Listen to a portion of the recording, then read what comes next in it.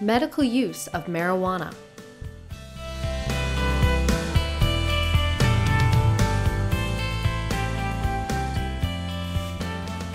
This proposed law would eliminate state criminal and civil penalties for the medical use of marijuana by qualifying patients. To qualify, a patient must have been diagnosed with a debilitating medical condition such as cancer, glaucoma, HIV-positive status or AIDS, hepatitis C, Crohn's disease, Parkinson's disease, ALS, or multiple sclerosis. The patient would also have to obtain a written certification from a physician with whom the patient has a bona fide physician-patient relationship, that the patient has a specific debilitating medical condition and would likely obtain a net benefit from medical use of marijuana. The proposed law would allow patients to possess up to a 60-day supply of marijuana for their personal medical use. The State Department of Public Health would decide what amount would be a 60-day supply.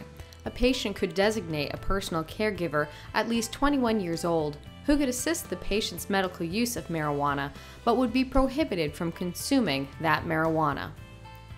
Patients and caregivers would have to register with the DPH by submitting the physician's certification. The proposed law would allow for nonprofit medical marijuana treatment centers to grow, process, and provide marijuana to patients or their caregivers.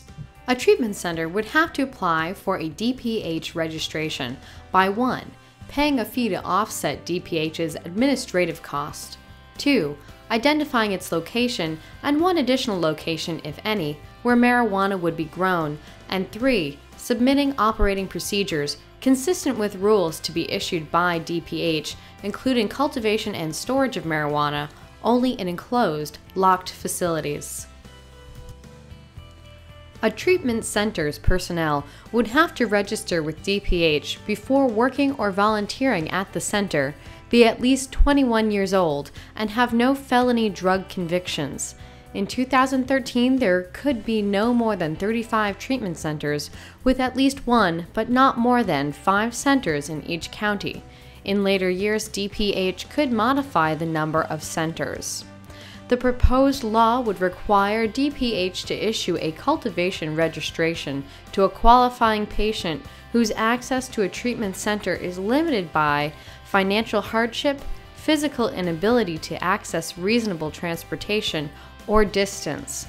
This would allow the patient or caregiver to grow only enough plants in a closed, locked facility for a 60-day supply of marijuana for the patient's own use. DPH could revoke any registration for a willful violation of the proposed law. Fraudulent use of a DPH registration could be punished by up to 6 months in a house of correction or a fine of up to $500, and fraudulent use of a registration for the sale, distribution, or trafficking of marijuana for non-medical use for profit could be punished by up to 5 years in state prison or by 2 1/2 years in a house of correction. The proposed law would 1. Not give immunity under federal law or obstruct federal enforcement of federal law. 2. Not supersede Massachusetts laws prohibiting possession, cultivation, or sale of marijuana for non-medical purposes. 3. Not allow the operation of a motor vehicle, boat, or aircraft while under the influence of marijuana. 4. Not require any health insurer or government entity to reimburse for the costs of the medical use of marijuana. 5.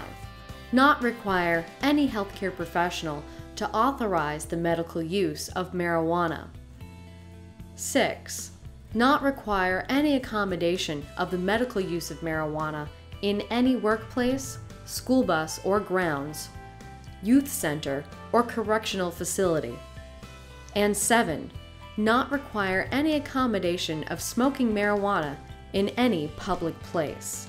The proposed law would take effect January 1st, 2013, and states that if any of its part were declared invalid, the other parts would stay in effect.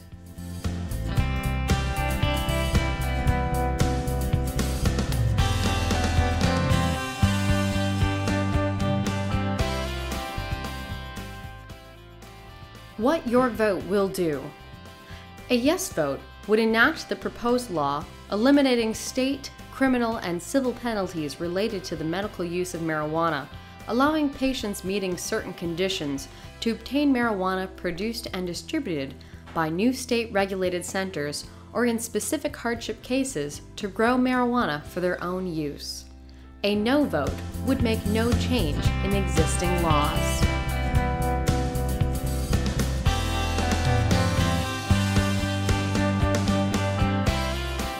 Arguments.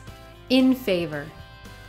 A yes vote will ease the suffering of thousands of people with cancer, Parkinson's disease, Crohn's disease, multiple sclerosis, HIV/AIDS, glaucoma, and other debilitating conditions. Scientific research has proven that marijuana can be useful for many clinical applications, including pain relief, nausea, and seizures.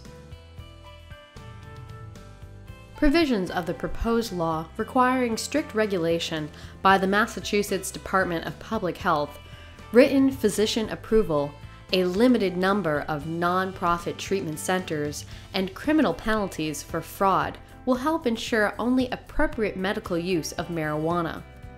This proposal has been endorsed by many patients, their families, medical professionals, and law enforcement officials who believe that a smart, science-based approach can help suffering patients without encouraging inappropriate drug use. In fact, allowing the medical use of marijuana will lessen the need for dangerous narcotics like morphine and Oxycontin. On behalf of thousands of patients, we ask for your support. Authored by Linda Brantley, President of New England Coalition for Cancer Survivorship Committee for Compassionate Medicine. 617-520-4559.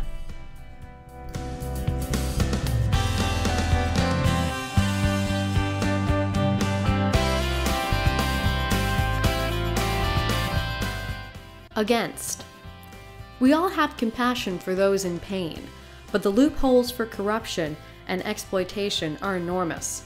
If enacted, this law would allow virtually anyone to grow pot in their backyard and carry a 60-day supply, anyone aged 21 and over to operate a pot shop in your neighborhood to sell marijuana for any medical reason, not just for the seriously ill. In Colorado, for example, less than 3% of patients suffer from cancer and HIV. We do not need 35 pot shops to serve the less than 1% truly in need of medical marijuana in Massachusetts.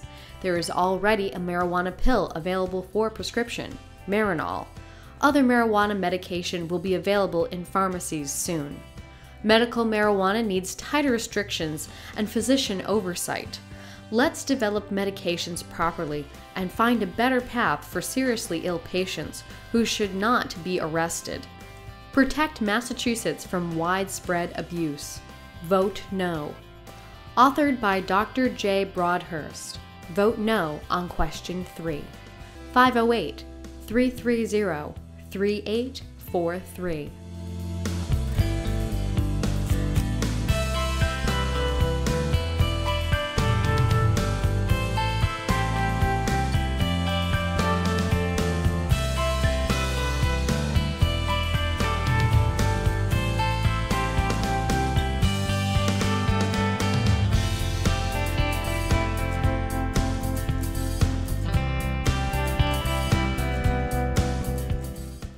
As required by law, summaries are written by the State Attorney General, and the statements describing the effect of a yes or no vote are written jointly by the State Attorney General and Secretary of the State.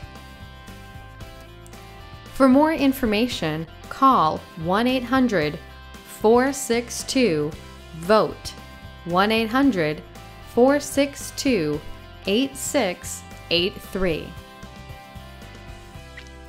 Or visit www.sec.ma.us.